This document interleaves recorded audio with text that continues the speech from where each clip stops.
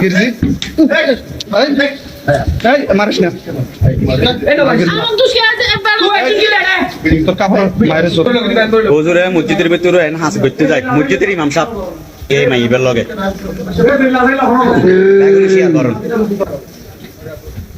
মসজিদের ভিতরে কেন হাস ধরে মানুষ মসজিদের ভিতরে হাস ধরে না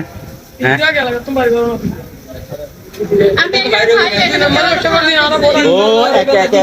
একে তিনবার এক তারিখ মসজিদের ভিতরে সম্পূর্ণ প্ৰথমে কৈ দিওঁ যে মই এজন খিলঞ্জীয়া মুছলমান ল'ৰা হয় আৰু এই দুই এটা বাংলাদেশী মিয়া জহৰাৰ কাৰণে আমাৰ মুছলমান গোটেই জাতিটো বদনাম হৈ আছে বৰ্তমান আমাৰ পবিত্ৰ মাহ ৰমজান চলি আছে আৰু এই ৰমজানৰ মাজতে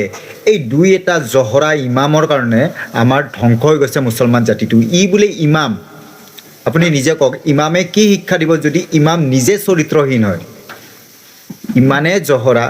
সি মছজিদৰ ভিতৰত যায় এনেকুৱা এটা কাম কৰিব সি ক'ত ইমান সাহস পাইছে আপোনালোকে নিজে জনাব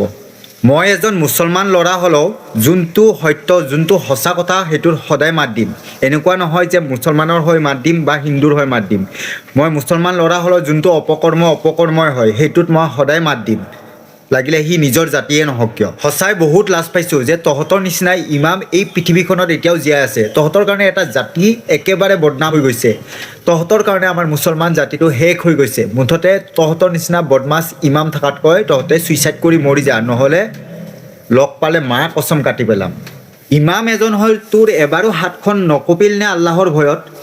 এতিয়া অসমৰ ৰাইজে যিমান পাৰে এই ভিডিঅ'টো শ্বেয়াৰ কৰক যাতে এই ধুৰন্ধৰ ইমামটোৱে উচিত শিক্ষা পায় আৰু আমাৰ মুছলমান ভাই ভনীসকলক মই এটা কথা কওঁ যদি আপোনালোকৰ ইমানটো সঁচাকৈ তাজা হৈ আছে তেনেহ'লে ভিডিঅ'টোত কমেণ্ট কৰক আৰু কওক এই ইমানজনৰ লগত কি ব্যৱস্থা কৰাটো ভাল হ'ব